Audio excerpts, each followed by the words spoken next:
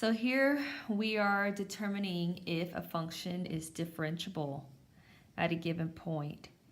So if this limit exists, then yes, it is differentiable. Remember, f prime of a can also be looked at as the limit as x approaches a of f of x minus f of a over x minus a. So basically, as we approach a in our denominator, h is approaching 0. So this needs to equal some limit. Remember, that means for this limit to be true, that both the limit as x approaches a from the left of f of x has to equal L, and the limit as x approaches a from the right of f of x has to equal the same L. Also, we're saying that the slopes on both sides, L is really just the slope of our tangent line. They all, sorry about that, better said, all of our tangent line slopes have to be the same from both sides of our x value.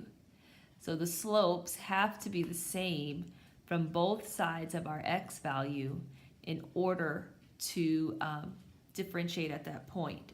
So let's look at some examples. Here's a slope, here's a slope. All right, this positive slope cannot be this negative slope. And there's a discontinuity at that value as well, a jump discontinuity. So since the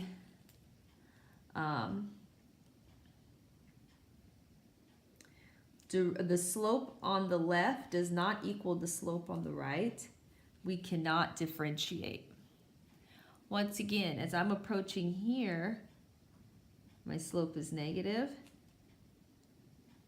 If I'm approaching here, this is a different slope from opposite sides of that function.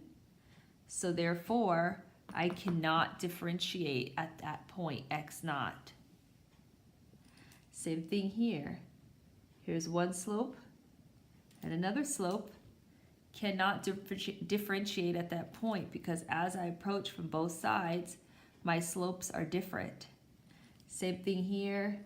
Here's positive slope. Here's a negative slope. Remember, my slopes of my tangent lines from both sides have to be the same. So f is differentiable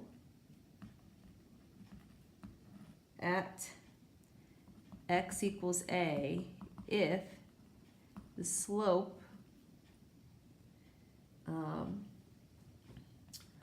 of f from both the left and right sides of x equal a are the same.